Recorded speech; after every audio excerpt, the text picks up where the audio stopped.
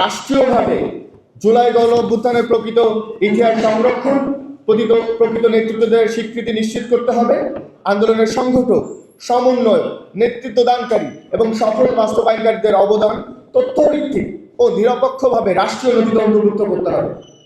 একই সঙ্গে বেসরকারি ও সরকারি বিশ্ববিদ্যালয়ে বিদ্যমান বিভাজনকে পুঁজি করে যারা ইতিহাস বিকৃতি করছে কিংবা প্রকৃত নেতৃত্বকে আলাদা করছে, চেষ্টা করছে, তাদের তৎপরতা বন্ধে কার্যকর উদ্যোগ গ্রহণ করতে হবে।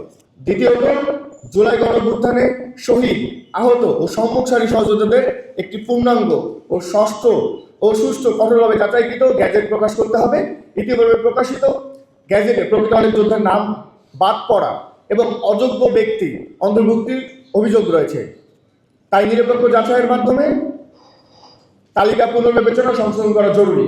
এবং এই গ্যাজেটের মধ্যে আমরা লক্ষ্য করেছি, যারা অনেক আওয়ামী লীগ ছিল, যারা আন্দোলনের তথ্য পাচার করার জন্য আন্দোলনের মাঝখানে আসলো সাধারণ শিক্ষার্থী সেজে তারা দুই একটি ছবিকে পুঁজি করে এই গ্যাজেটের অন্তর্ভুক্ত হয়েছে।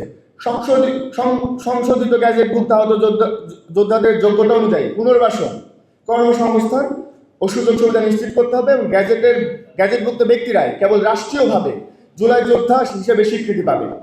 এখানে যোগ্যতা অনুযায়ী পুনর্বাসন বলতে বোঝানো হয়েছে, কেউ যদি অঙ্গ এবং আহত হয়ে থাকে এবং অঙ্গ হারিয়ে থাকে, তাদের যোগ্যতা অনুসারে একটি কর্মসংস্থান তৈরি করে তাদের যেন কর্মসংস্থার ব্যবস্থা করা হয়। তৃতীয়ত, দেশের সকল জাতীয় ট্র্যাজেডি, বহুল আলোচিত অবিচারে নিরপেক্ষ বিচার করতে হবে। 2009 সালের পিলখানা ট্র্যাজেডি, সাগররুনি হত্যা, 2013 সালে সাপ্তাহিক দপ্তরের ঘটনা, 18 নিরাপদ সড়ক আন্দোলনের সংঘটিত সহিংসতা, তনু হত্যাকাণ্ড, ওসমানী হত্যাকাণ্ড সহ সকল জাতীয় গুরুত্বপূর্ণ ঘটনার নিরপেক্ষ তদন্ত সম্পন্ন করে দায়ী ব্যক্তি, সরকারি কর্মকর্তা, সংশ্লিষ্ট গোষ্ঠীকে আইনের আওতায় এনে বিচার নিশ্চিত করতে হবে। চতুর্থত, দেশের সরকারি বেসরকারি বিশ্ববিদ্যালয়ে, শিক্ষা প্রতিষ্ঠানে, একাডেমিক, প্রশাসনিক পরিচালনা পর্ষদে দলীয় প্রভাবমুক্ত করতে হবে। যেসব প্রতিষ্ঠানে এখনও স্বৈরাচারী প্রভাবলয়ের সঙ্গে সংশ্লিষ্ট ব্যক্তি এবং তাদের সহায়সঙ্গী হিসাবে পক্ষপাতদুষ্ট আচরণ করছে, শিক্ষার্থীর সাথে বিভিন্ন হয়রানিমূলক আচরণ করছে, নির্দিষ্ট রাজনৈতিক দলের বলয়কে অনৈতিক সুবিধা প্রদান করছে এবং বিশ্ববিদ্যালয়